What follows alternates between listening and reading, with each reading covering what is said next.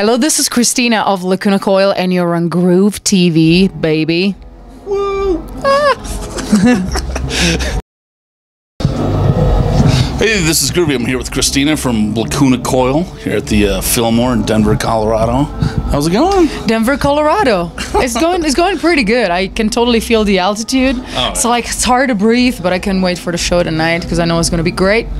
You know what I always tell vocalists? At least you're not the drummer.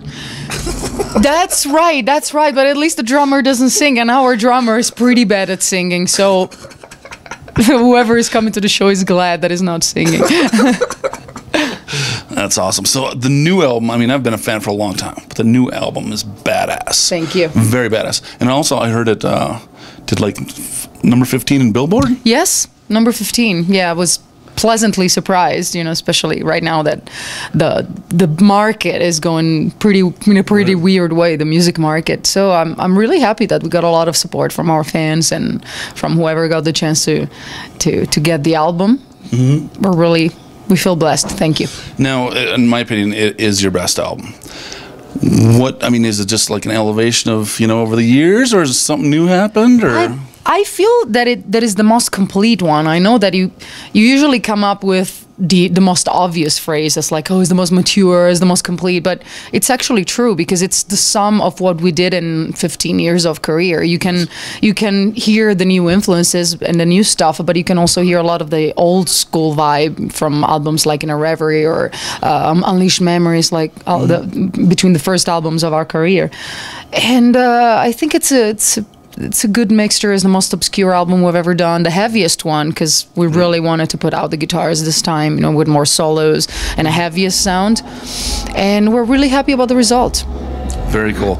Now, when you were sitting down for this album, was that sort of the vision, or did it sort of come together all organically? And everything came up spontaneously. We basically started to write, started to jam. We put together all the ideas that kind of collected, you know, in between tours and between the stuff that we were writing at home, and we started to sing over it, and we picked up the songs that we liked the most, and we just realized that there was a logic, you know, between the old songs, and there was like a line going through all of them. But it came up spontaneously. It's not that we sat down and we said, okay, this album is going to be this or this. Right. Every album comes up spontaneously. That's cool. That's really cool. Now, like, speaking of tours, this tour just seems, I mean, it's awesome. Gigantor is freaking amazing. Just seems like almost like a new kind of fit for you. Yes, that's the beauty of it. I mean, when I think about the Lacuna Coil career, we've always played with different bands that are pretty much most of the time different from us, because we have a very specific sound that most of the time is very different from the bands that are probably belonging more into the metal or the rock cliche. And I think that Gigantor this year is even more amazing because every band is playing a different type of music. We are playing our stuff. Obviously, Volbeat is bringing this rockabilly metal new type of music, and Motorhead and Megadeth. I don't even need to explain what music they're playing, but the four bands all together are creating this perfect alchemy, and you can see in the eyes of the crowd who's coming to the show that they're enjoying it a lot, just because every band it's interesting and there's something different going on. That's awesome. Now, just backstage, it's got to be like, I mean, you've been, you know, on tours and everything else, but it's got to be kind of strange to see Lemmy walk by, and Dave Mustaine. Oh my God, Lemmy is one of the most amazing men I've ever met in my whole life. Is very, very nice, very kind, it's a true English gentleman. You won't believe that. I mean, as a true rocker, of course, love him to death, but is a really nice person.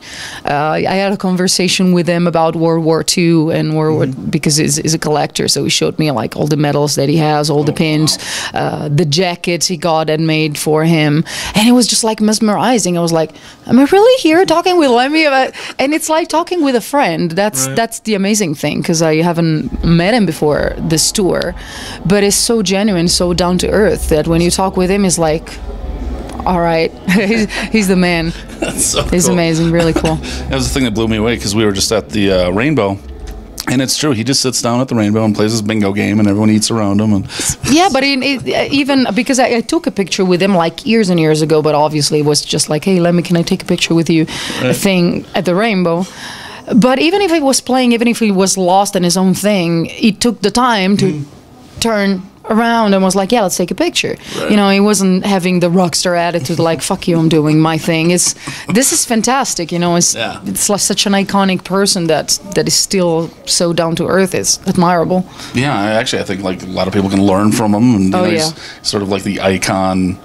Don't want to say grandfather, he'll probably kick my ass, but yeah. And I think that the old rock star attitude, like asshole attitude, is kind of overrated. I mean, come on.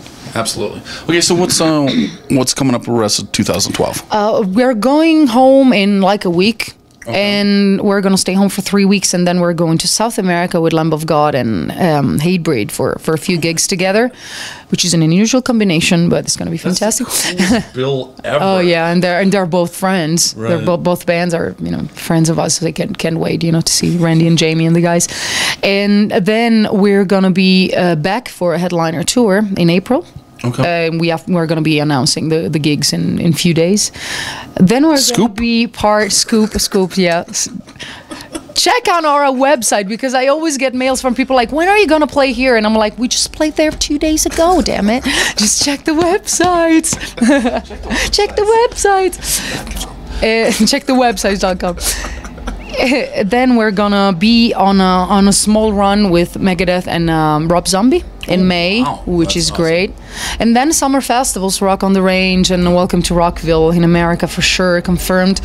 Summer festivals in Europe. Okay. And I believe there will be an headliner in Europe from September, October.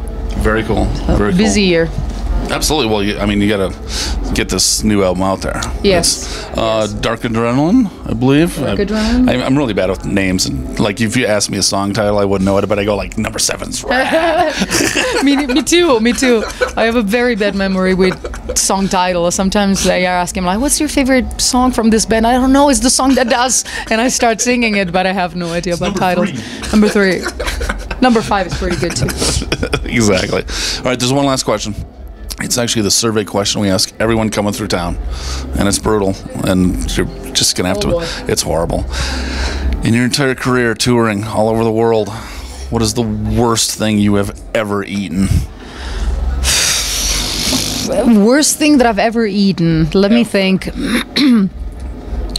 I can't recall just one horrible thing, but I have. 2 stories. No, but I have to say that the attempt of making lasagna that we've seen in different venues was pretty bad. And I mean, we are Italian, so for us, food is a religion.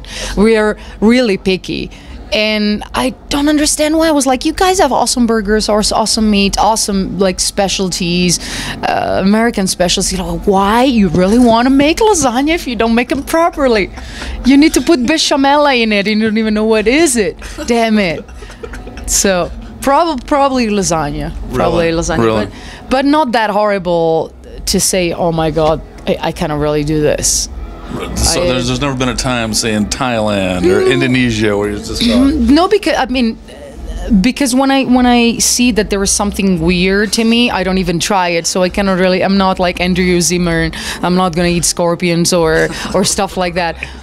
We tried once to eat crickets and worms, so they were like in a little.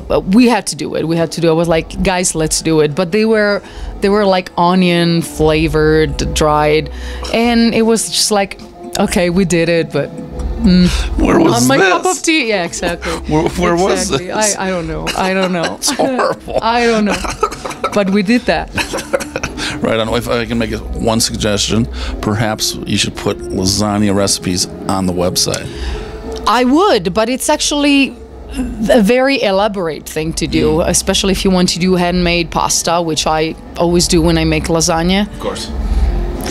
And but really the secret, you can have your own ragu if you like it. Right. That's no big deal. I mean, the proper ragu takes like 4 hours to make actually, because you have to slowly cook it, and it takes a while. But what a lot of people really doesn't know is that the bechamel sauce is the main ingredients of lasagna, and everybody puts like just cheese, and that's fine. It's not, because the lasagna, the bechamel sauce is the thing that makes everything like softer, and it has a special taste. And basically it's like milk, butter, and flour. And then you add a little bit of nutmeg and a little bit of salt. So it's not very difficult to do. You can warm up, if you want to make it quick, like warm up some milk, as much as milk as you want to put in your portion of lasagna. A lot of butter. You make the butter melt in the milk until it kind of boils, and you add like 2 spoons of flour, just like whisking very quick, because it doesn't have to be liquid. It has to be liquid. Nutmeg and salt, and put it on your lasagna in between the layers, and you'll see the difference. That's awesome. There you go. We have the secret. Yay. Right. Thank you so much for your time. You're welcome. Hey, this is Groovey. I'm here with Cristina from Lacuna Coil, Fillmore Auditorium, Denver, Colorado.